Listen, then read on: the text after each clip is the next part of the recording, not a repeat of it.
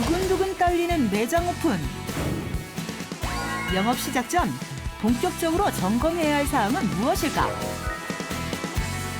인허가, 시설 점검, 종업원 채용, 마케팅 전략까지. 개점 체크리스트는 필수. 성공적인 점포 개점을 완벽하게 준비하는 방법. 지금부터 알아봅니다. 창업 아이템을 정하고 장소를 정하고 계약도 하고요. 인테리어도 예쁘게 했습니다. 이제 남은 게 뭡니까? 오픈이 나왔습니다. 그런데 그냥 오픈을 준비하면 되는 겁니까? 아닙니다. 정말 잘 오픈하고 성공하는 오픈을 하기 위해서는 많은 것들을 준비할 필요성이 있는데요. 과연 어떤 것들을 준비해야 될지 오늘 이 시간 철저하게 알아보도록 하겠습니다. 여러분의 오픈을 도와주실 두 분의 전문가를 모셨습니다. 김상호 선생님, 안녕하십니까? 예, 안녕하세요.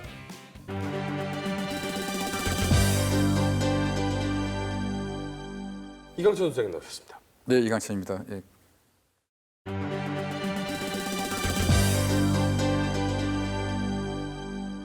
자, 일단은 개점 준비를 다 이제 이 인테리어까지 마감했단 말이죠. 예. 그럼 이제 개점 날짜를 잡아야 되잖아요. 그런데 제가 여지껏 해온 바에 따르면 점포를 창업하시는 분들은 오픈, 달려라 무조건이에요. 예. 가장 빠른 날짜에 오픈 날짜를 잡으려고 해요. 맞아요. 근데 개점 시기는 무조건 빠르다고 좋은 건 아니잖아요. 예, 전혀 맞습니다. 아니죠. 그래서 그 오픈 시점을 언제 잡지? 이거 정말 중요한 것 같은데요. 저는 그냥 전체적으로 일단 1년이라는 개념에서 전체 사람들이 언제 많이 오픈하나 이러고 보면 여름철에 점포를 구해서 인테리어하고 이제 추석 무렵 정도 이 무렵에 사람들이 많이 오픈하고요. 네. 또 겨울철에 아무래도 권리금이 좀 내려가던 시점에 점포를 구해서 인테리어해서 한 설날 지나는 무렵 정도에 오픈을 제일 많이 하죠. 명절에 오픈을 많이 해요. 그렇죠. 네. 설날 지나고. 네. 예, 이 오픈하는 시점도 어떻게 보면 시기적으로 본다면 연중, 가을 시작, 봄 시작 이 시점이 주로 좀 많이 움직이는 상황이라고 봐야죠. 그 저도 이제 그 일본식 주점을 했을 때 예. 저는 이제 거의 투자만 한 개념이었고 예. 이제 그 운영하시는 친구는 예. 따로 있었어요. 그런데 오픈을 무조건 준비 다 됐다고 준비 다 됐다고 그냥 오픈하면 된다고. 예. 그렇다 그러면 하자. 오픈을 딱 했습니다. 미리 이제 막 온다고요. 미어 터지죠. 주문한 음식이 나오는데 2시간이 넘게 걸리는 거예요. 머리 아프죠. 심지어는 DJ DOC의 김창렬 형님은 치킨을 시키셨어요. 나 기아 너무 안 오니까 치킨부터 먹고 있을게 라고 해서 일본식 주점에서 치킨을 시켜 드시고 네, 오죽했으면. 제가 미안하니까 그냥 드세요. 예. 왜냐면 안주가 안 나오니까 이때 아차 싶었거든요. 예. 이 미숙을 판단 못했구나. 근데 그냥 오픈하면 안 되잖아요. 개점의 맞습니다. 준비의 필요성은 분명히 있는 거죠. 예, 있습니다. 근데 성급하게 오픈하다 보면 제일 문제가 생기는 게 뭐냐면 내부적인 문제가 아니라 고객들이 그걸 알아채 버립니다. 그러면 고객들이 알아채다 보면 결국에는 단골 손님 놓칠 수밖에 없는 거거든요. 그래서 점포 오픈은 준비하는 것은 철저히 해야 되는데 우리는 그것을 너무 간과하고 잊어버리고 소장님 말씀하신 것처럼 계절별로 꼭 사람들이 붐을 일으킬 때 그때 오픈하다 보니까 이제 문제가 생기고 있다고 보고 있습니다.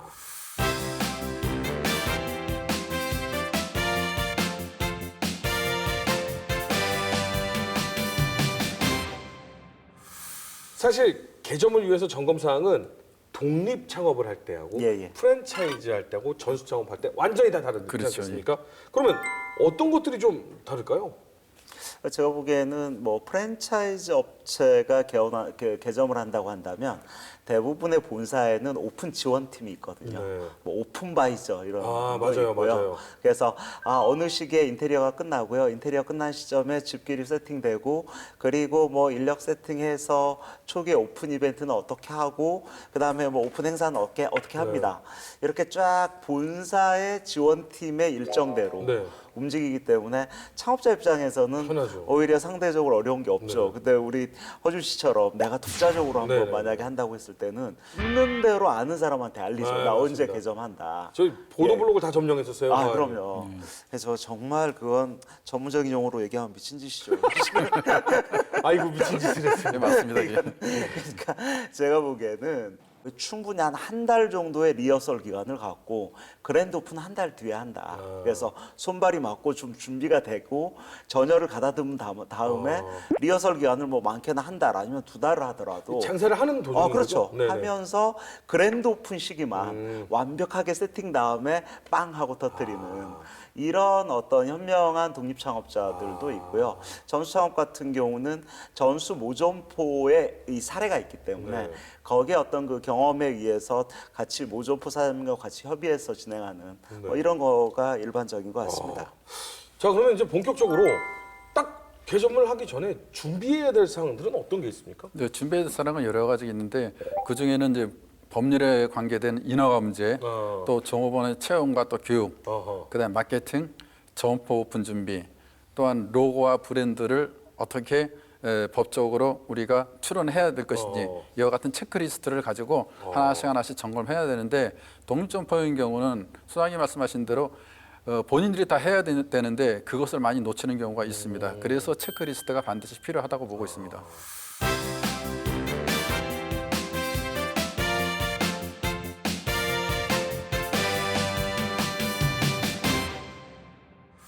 자, 그런데 가장 중요한 것 중에 하나가 뭐냐면 가게 이름 짓는 거. 중요해요. 네, 중요합니다. 야, 이거 이름 지으려고 했더니 이미 있고 이거 이름 지으려고 했더니 딴 사람들이 그건 촌스럽잖아.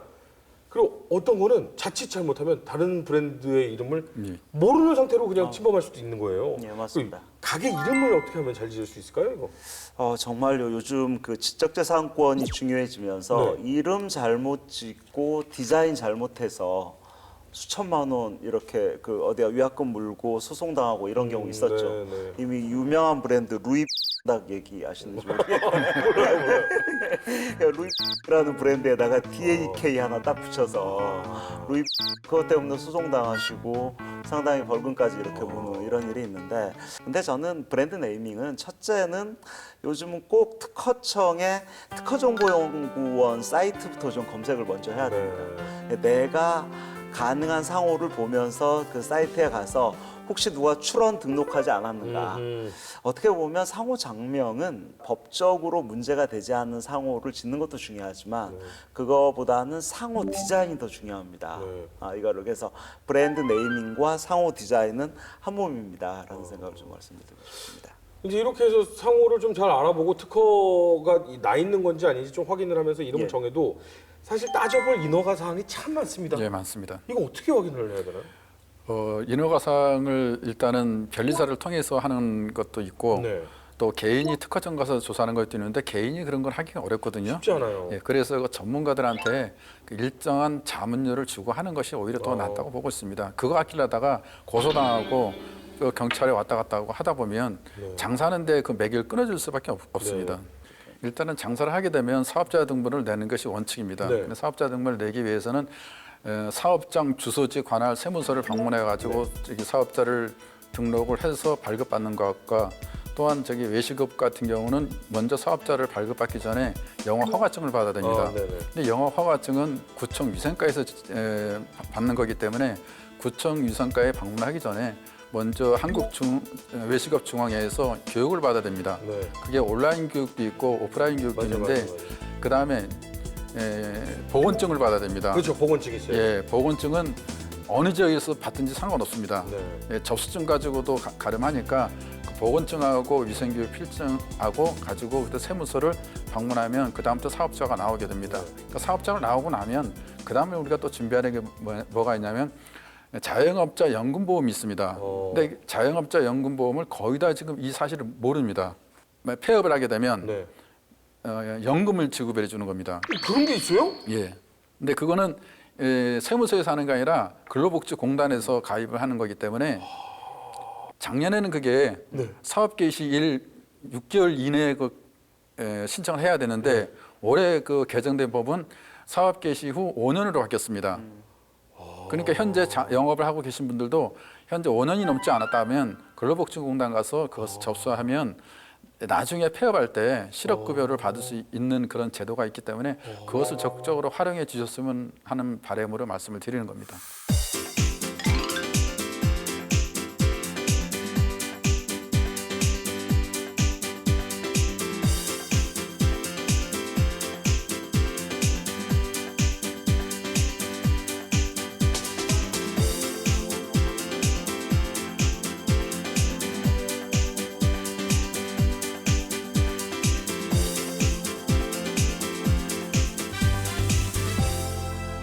근데 저희가 오픈을 딱 하고 예, 나면 예, 예. 사실 가장 많이 준비하고 심혈을 기울이는 것 중에 하나가 오픈 이벤트. 맞아. 뭐 전단지도 나눠주고 음악을 틀면서 뭐 마이크 홍보도 하고 인형 탈 쓴 사람들 왔다 갔다 하기도 하고 뭐 사은품 나눠주기도 하고.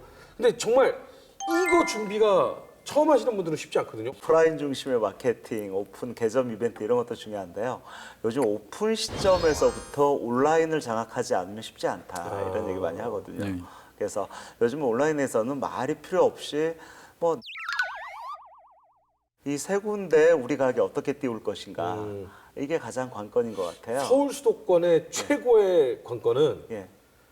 배달 어플에 그럼요. 별점하고 예. 평 좋은 게 정말 중요한데 그래서 그렇죠. 별점 이벤트들 많이 하더라고요. 그럼요. 요즘 그러니까 치킨, 피자, 족발, 분식, 중화요리 같은 이런 배달 아이템은 뭐 당연히 배달 앱과 이 배달 앱을 가지지 않고 이렇게 연관되지 않고는 이거 뭐 돈이 안 되니까요. 그래서 요즘은 전단지 시장이 빠르게 없어지고 있죠, 없어지고 지금 있고요. 상당히. 그 배달 앱 시장이 거의 온라인을 장악하면서 다들 그쪽으로 가고 있는 것 같고요. 그래서 저는 개점 이벤트도 외부 업체에 의뢰해서 할 수 있는 이벤트가 있고 전 창업자 스스로 할 수 있는 온라인 마케팅 네. 이런 부분도 좀 감안해서 진행하는 게 중요하다는 네. 생각도 드는데요. 근데 요즘에는 SNS로 많이 홍보잖아요. 예. 근데 이 SNS를 할 때 요거는 좀 조심해야 된다라는 게 있나요? 많이 있습니다. 근데 그 중에 하나가 뭐냐면 SNS를 통해서 하는 것 중에 우리 가격 정책이거든요. 네. 가격을 할인해 준다 그러면 또 그것만 헌팅하는 고객들이 있습니다.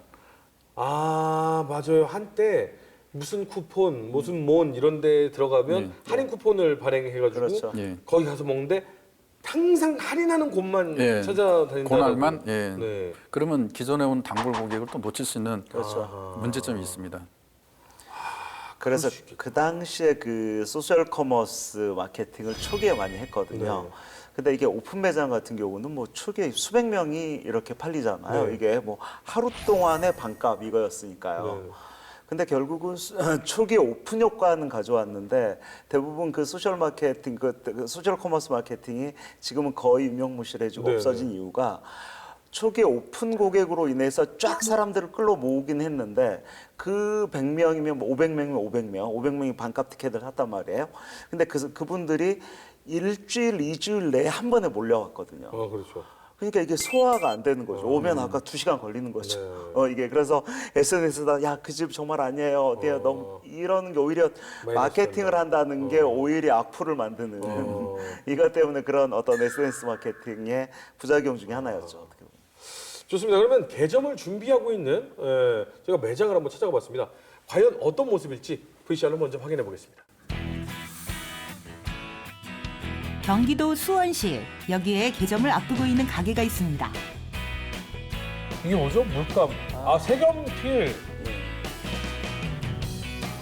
저 오픈을 준비하고 있는 가게인데요. 뭔가 미술학원인가요? 뭔가 그리는 곳 같다라는 생각이 들고. 여기는 책 읽어주는 물감놀이 키즈 카페입니다. 물감놀이 키즈 카페 자체가 많이 없기도 하고 집안에서는 좀 하기가 어려운 것들이 많아서 그런 공간을 만들어주고 싶어서 만들게 되었어요. 물감놀이 키즈 카페에서 가장 중요하다는 공간. 여기는 아이들이 물감놀이를 하는 공간입니다. 이 매트는 사실 욕실에 까는 미끄럼 방지 매트인데요. 미끄러지지 않도록 다 깔아놨습니다. 어린아이들이 마음껏 그림을 그리며 놀 수 있는 공간인 만큼 인테리어 하나하나의 소재도 매우 중요한데요. 그림을 그린 뒤 물로 지울 수 있는 벽면도 그중 하나입니다. 여기는 부모님들을 위한 공간입니다. 아이들이 들어가서 수업을 받고 물감놀이를 하는 동안 공간을 분리해서 부모님들께서 뭐 커피도 마시면서 카페 분위기를 느끼실 수 있게 준비해봤습니다.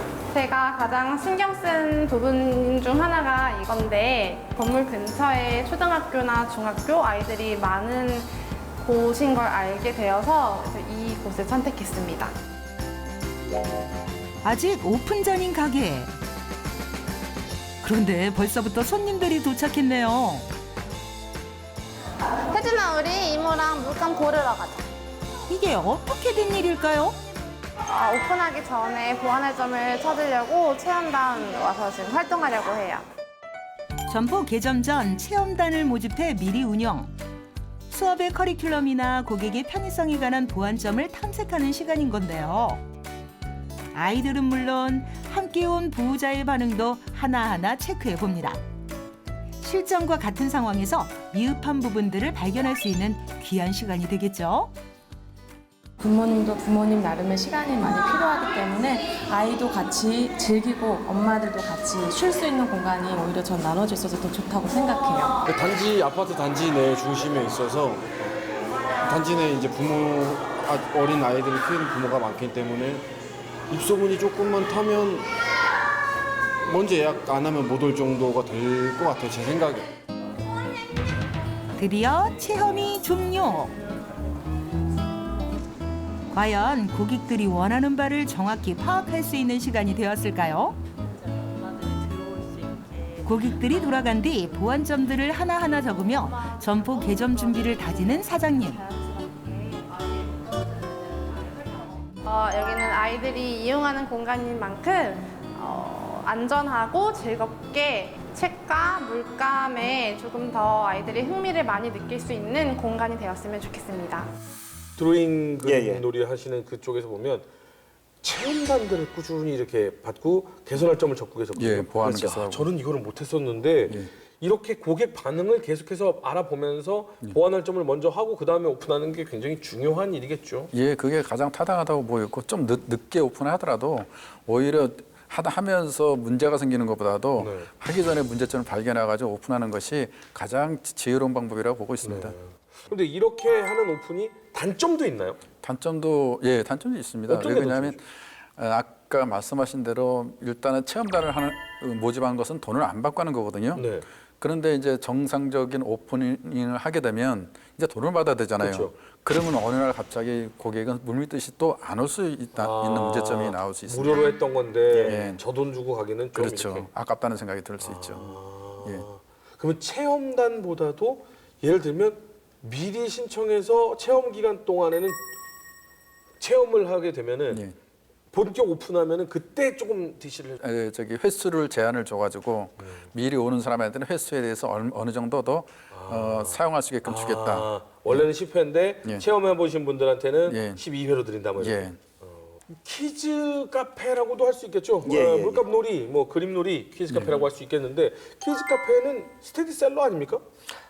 키즈 카페 같은 경우는 글쎄요, 스테디셀러라고 하기에는 좀 약간 무리도 있는 측면이 있는데요. 제가 보기에는 카페라는 게 붙음으로 인해서 네. 우리나라 카페 수가 거의 7만 개가 넘거든요. 근데 단지 이제 어린이 전용 카페, 네, 네, 뭐 네. 어린이 전용 놀이터 이러는데 거의 한 20년 전부터 생기긴 했거든요. 그리고 엄청 규모가 커요. 그렇죠. 근데 전체 시장으로 본다면 우리나라 키즈 수요가 네. 뭐 요즘은 한 명 아니면 안 낳는 딩크족들이 많이 있어서 네네. 키즈 카페 산업도 아주 전망이 아주 밝습니다. 라고 보는 데는 한계가 있는 거죠. 그래요? 근데 그럼에도 불구하고 가치 소비라는 관점에서 비록 내 아이는 하나지만 내 아이만큼은 요즘 뭐 아키텍키즈 해서 정말 건축 설계 도면처럼 정교하게 내 아이를 키우겠다.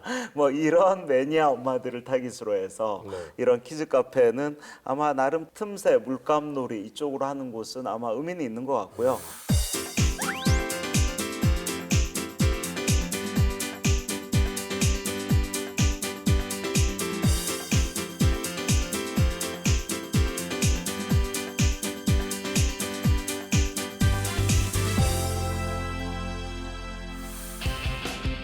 경기도 수원에 위치한 피트니스 센터.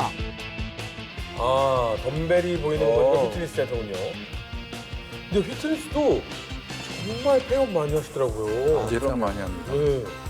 테니스는 워낙 대형 공간에서 투자 비용이 워낙 많이 들어가는 사업이니까 이곳은 오픈한 지 이제 막 1년이 되어 간다는데요.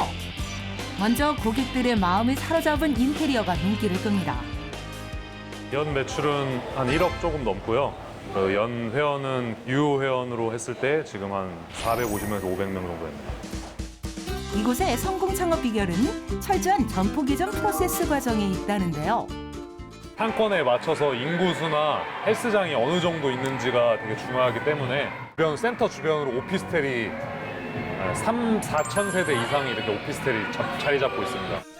먼저 주 고객인 20대에서 40대 회사원들이 접근하기 좋은 입지를 선택해 접근성을 높였다고 합니다. 또한 보통의 피트니스 센터에서 찾아볼 수 없는 다양한 시설들을 가지고 있었는데요. 와, 운동뿐만이 아니라 힐링할 수 있는 시설이 정말 많네요. 별거 아니지만 안마의자를 헬스장에 놔둠으로써 또 회원들이 쉴 수 있게 진행하고 있습니다. 기계가 따로 지금 있죠. 안마의자, 휴식존, 지금 이거는 온열 예, 맞아요. 온열 그 마사지 받는 존, 예. 뭐 찜질방, 야 엄청나네요. 차별화를 두기 위해서 회원들이 쉴 수 있는 공간을 인테리어에 넣기 위해 노력을 많이 했고 수익으로는 연관이 되지 않지만은 회원들의 입소문이 또 타기 때문에 그만큼 또 매출에 영향이 있다고 생각합니다. 점포 개전 당시 진행했던 다양한 이벤트도 아직 유지하고 있다는데요. 늘 한결같음을 유지하는 것이 가장 중요하다고 합니다. 지금의 성공은 오픈 전부터 철저하게 준비했던 과정이 있었기 때문이라 말하는 사장님. 역시 결과는 과정을 배신하지 않나 봅니다. 모든 거는 준비 과정이 중요하기 때문에 준비를 당연히 철저히 해야 되는 부분이고 저희도 준비를 철저하게 하고 들어왔기 때문에 이제 회원 수나 이런 거를 더 늘릴 수 있었다고 생각하기 때문에 철저한 준비는 필수인 것 같습니다. 그러면 지금 이제 방금 보신 VCR에서 보면 정말 준비도 많이 하고 투자도 많이 하셨거든요. 예, 예. 좀 장단점을 찝어주신다면 어떻게 있을까요? 저는 특히 이 피트니스 클럽 같은 경우는 적어도 이렇게 대형 샵, 그다음에 뭐 테라피 기능 이런 공간까지 있는 이 정도라면 일단 소비자 만족도는 되게 높을 수 있습니다. 네. 이렇게 대형으로 했을 경우는 다른 중소형 피트니스 고객들까지 다 유입할 수 있는 강점은 있겠죠. 네. 근데 맹점, 약점, 위험성이라면 궁극적으로는 이 시설업 자체가 이렇게 막대한 거금을 투자한 거에 대해서 이 안정적으로 지속 가능한 수익 모델을 어느 정도까지 첫째 이 손익분기점까지가 어느 정도 갈 수 있겠느냐 그리고 어느 정도 수익성으로 갈 때는 최소한 5년 내지는 10년 정도의 이게 로드맵이 긍정적으로 그려질 수 있느냐 없느냐 뭐 이런 부분에 대한 부담감이 있는 거죠. 업종별로 물론 다르긴 합니다만 너무 단기적으로만 효과를 끄는 이벤트는 좀 지양하는 것이 그렇죠. 좋을 것이다 라고 얘기를 하셨는데 그렇다면 장기 고객을 유치하기 위한 이벤트에는 뭐가 있을까요? 예, 자체적으로 피트니스 센터에는 프로그램을 좀 개발해야 되는데 토너먼트식으로 처음에 방문할 때하고 3개월, 6개월 지나가지고 신체 변화가 된 사람들에게는 가장 우수한 무슨 상품을 준다든지 아니면 아까 뭐 그룹별로 피트니스를 한다 그러면 그 안에서 토너먼트식으로 해가지고 고객이 참여할 수 있는 그런 프로그램을 개발하는 것이 이게 장기 고객으로 갈 수 있는 게 아닌가 좀 생각하고 있습니다. 그래서 지금 마케팅 전략을 보면 대부분 가격 전략이거든요. 그럼 그 가격을 가지고 뭐 1년을 끊는다, 6개월을 끊는다 그러면 실제로 그 6개월, 1년을 유지하기 어렵고 그 다음에 또 재등록을 안 하는 경우가 있습니다. 왜 그러냐면 내 스스로가 방문객들이 고객들이 신체 변화가 어느 정도 있다는 것을 제3의 다른 고객이 평가할 수 있는 그런 시스템을 개발하자 그거죠. 그래서 그런지 어떤 피트니스 등록을 할 때 예. 몇 킬로 이상을 빼면 돈을 돌려주는 피트니스가 있어요. 예, 그 좋은 방법입니다. 네, 그래서 많이 빼면 진짜 다 돌려주고 이만큼 빼면 반 돌려주고 뭐 이런 식의 어떤 프로그램도 운영을 하는데 이게 장기적으로 이 고객을 유치할 수 있는 이벤트가 될 수 있군요. 예, 맞습니다. 예.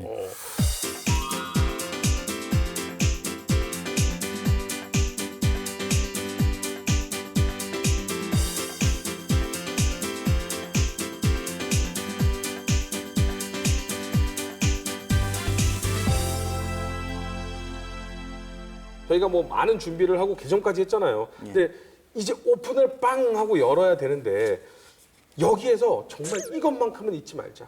오픈식을 하기 전에 요거는 체크했느냐. 이 한 가지를 딱 짚어서 얘기한다면 가장 중요한 점이 뭐가 있을까요? 개점 전에 꼭 해야 되는 게 아주 세밀한 오픈 체크리스트를 저는 체크리스트. 작성하는 게 맞습니다. 그래서 하나하나 꼼꼼하게 첫째 시설 부분은 언제까지, 그다음에 간판 언제까지, 인허가 언제까지.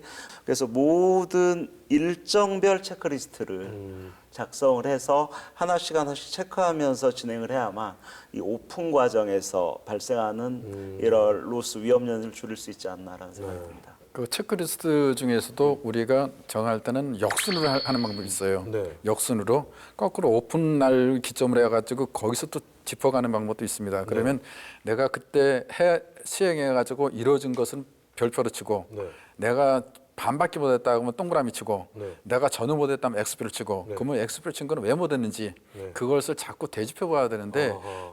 대부분 실수라면 그것을 만회를 하려고 하지 않고 지나가 버립니다. 그러니까 그걸 만회할 수 있는 방법적인 것도 한번 구상해야 되지 않나. 잊지 말고 복귀를 해라. 예, 맞습니다. 알겠습니다. 일단은 여러분들이 이제는 어떻게 하겠습니까? 전부 오픈 준비 다 하고 이제 열어야 되잖아요. 이때는 저는 제 생각에는 마음가짐입니다. 예. 난 예. 잘 할 수 있어. 예. 할 수 있어. 자신감이. 걱정하지 말자. 파이팅하자. 이런 어떤 긍정적인 에너지를 많이 준비를 하셨으면 좋겠고요. 그리고 다른 데 많이 알리지 말고 아는 사람 부르지 말고 일단은 많은 사람에게 테스트를 받은 이후에 그랜드 오픈을 하시기 바랍니다. 자, 두분 소장님 오늘도 다시 한번 좋은 말씀 감사합니다. 고맙습니다. 네, 고맙습니다. 이젠 알았으니까 할 수 있을 거잖아요. 예. 근데 아니까 더 못해요. 난 하지 말아야겠다. 예, 나 맞습니다. 같은 사람은 안 하는 게 맞다. 이렇게 생각이 들어요. 그러니까 오픈까지가 워낙 머리가 아프다 보니까 대부분은 오픈하고부터가 이제 실전인데 그렇죠. 오픈하기 전에 과정에 스트레스 받고 살 빠지고 이런 것 때문에 그러니까 프랜차이즈 했다가 그렇죠. 프랜차이즈를 해서 그래 마음은 편하고 오픈도 쉽게 하고 뭐 했어. 장사도 잘 돼. 기분이 좋아. 나중에 보니까 돈을 못 가지고. 예, 수익이 안 나. 그렇죠. 그 장단점이 그게 있는 겁니다. 그랬습니다.